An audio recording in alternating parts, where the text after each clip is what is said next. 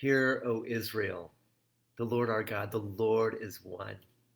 And you are to love the Lord your God with all your heart, with all your soul, and with all your strength. The commands I give you today are to be on your hearts.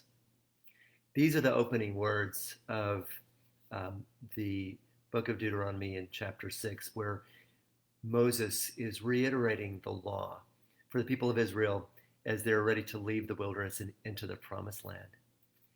It's a reminder that all the law that was laid out for them flowed from the heart of God, and that his desire for his people was to be motivated from within. Though those laws were written on tablets of stone, and though there were external motivations for rewards and punishments, God's heart for us has always been the same.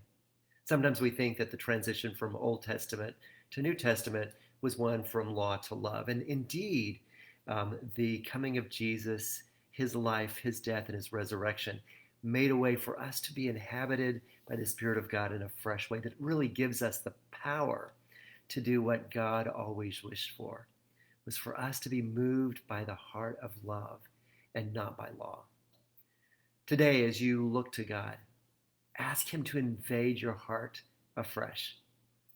Though there are motives for doing good, excuse me, though there are motives for doing good, there are motives that God rewards us for obedience, and there are consequences for disobedience. His heart for us is that the primary mover in our minds, in our hearts, in our bodies, in our behavior is love for him. He wants your heart to beat for him as his heart beats for you.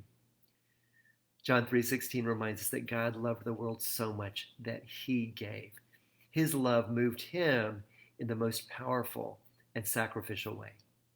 He longs for us to be so moved with love that we set aside everything else in favor of honoring him and loving him. The law is useful because it points us to Jesus. It helps us realize our inadequacy, that we cannot of our own measure up to the standard of God's holiness. But it's in that admission of powerlessness and our brokenness that we can encounter grace. And when we do, that grace inspires us to grow, to become more like Jesus, to become more loving and more motivated from that heart of love. It's not a bad thing to look for extrinsic rewards or avoid punishment. But at the end of the day, God wants us to love him with our whole heart. God bless you today. I love you.